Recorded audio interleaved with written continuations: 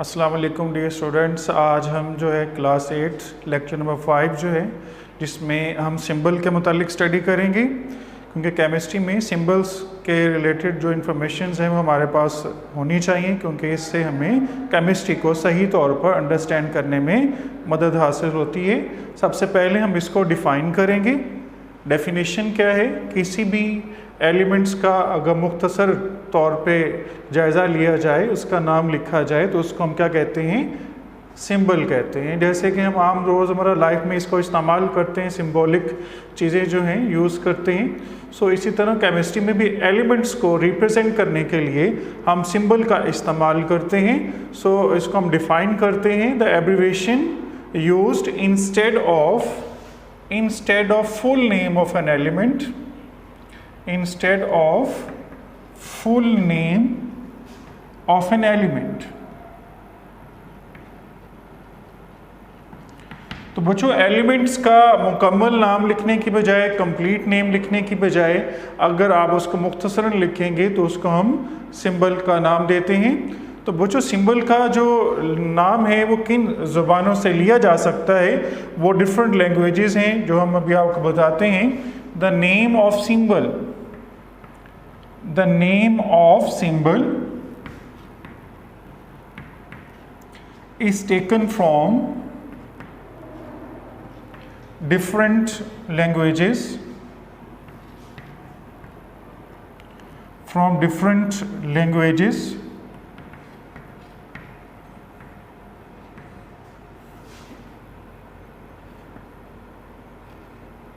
जिसमें बच्चों हम यूज़ करते हैं Latin, Greek, English,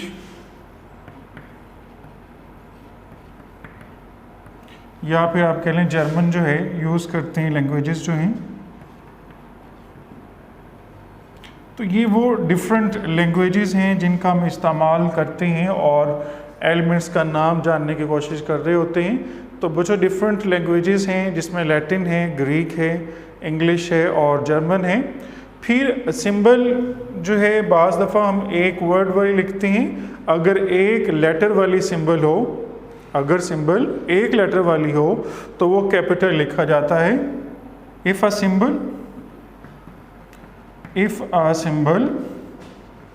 consist of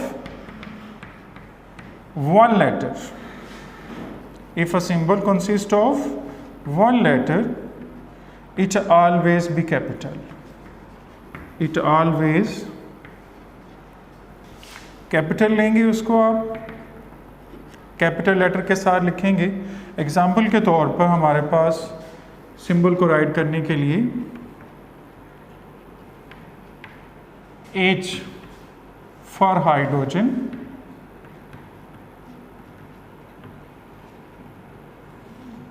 इसी तरह बच्चों में ऑक्सीजन के लिए O राइट करेंगे, O फॉर ऑक्सीजन।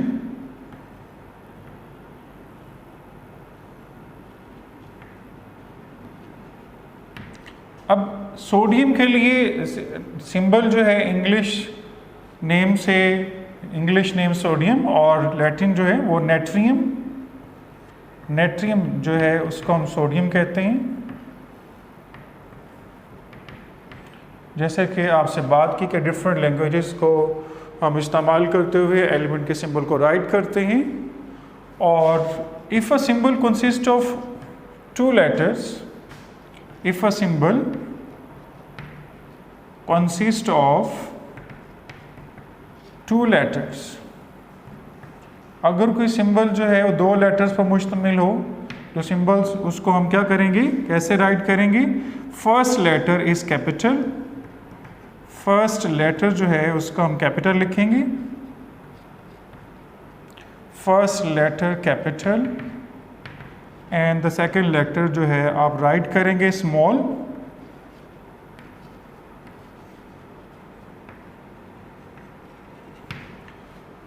जैसे कि बच्चों कैल्शियम जो है उसका हम सी ए फॉर कैल्शियम। इस तरह बच्चों मैग्नीशियम के लिए Mg,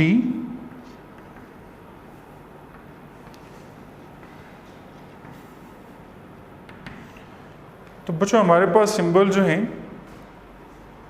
जैसे लिखी जाती हैं, क्योंकि दो एलिमेंट्स, जब भी कोई एलिमेंट को रिप्रेजेंट करना होता है तो हम सिंबल को यूज़ करते हैं। सिंबल जो है अगर एक लेटर वाला हो तो उसको हम हमेशा कैपिटल ही लिखते हैं, और अगर सिंबल जो है वो 2 लेटर वाला हो तो फर्स्ट लेटर उसका हम कैपिटल लिखते हैं और सेकंड लेटर जो है उसका वो स्मॉल लिखते हैं। तो एक दफ़ा दोबारा फिर सुन लें, सिंबल क्या होता है? The abbreviation used instead of full name of an element is called symbol.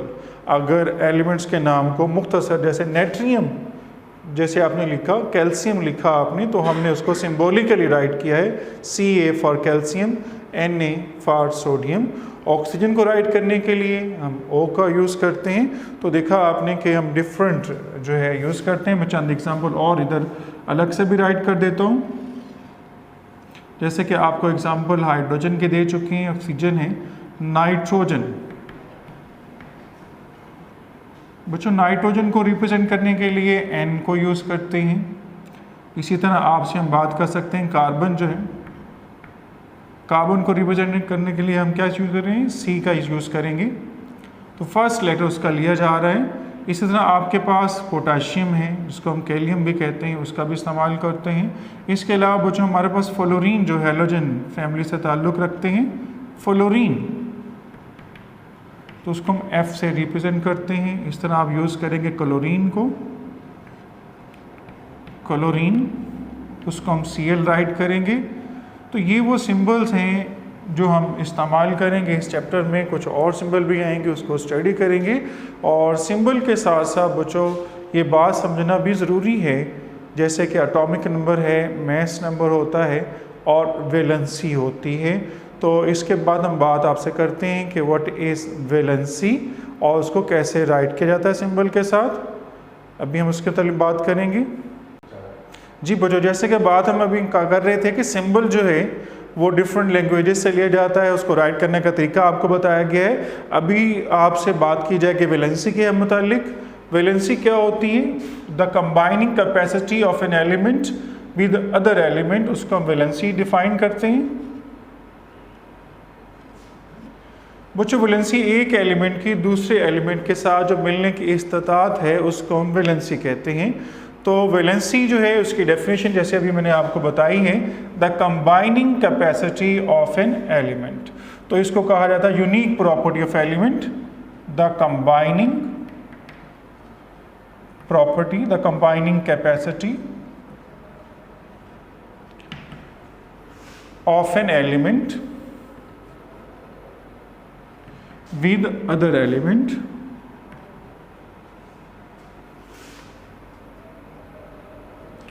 तो बच्चों एक एलिमेंट की दूसरे एलिमेंट के साथ जो मिलने की इस्तात है उसको हम क्या कहते हैं? वैलेंसी कहते हैं।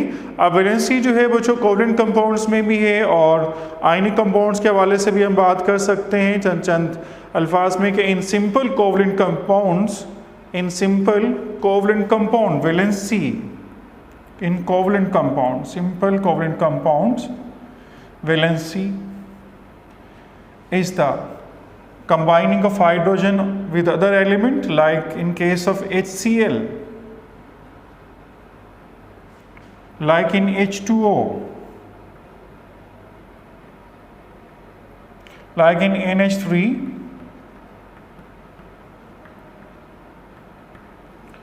like in CH4,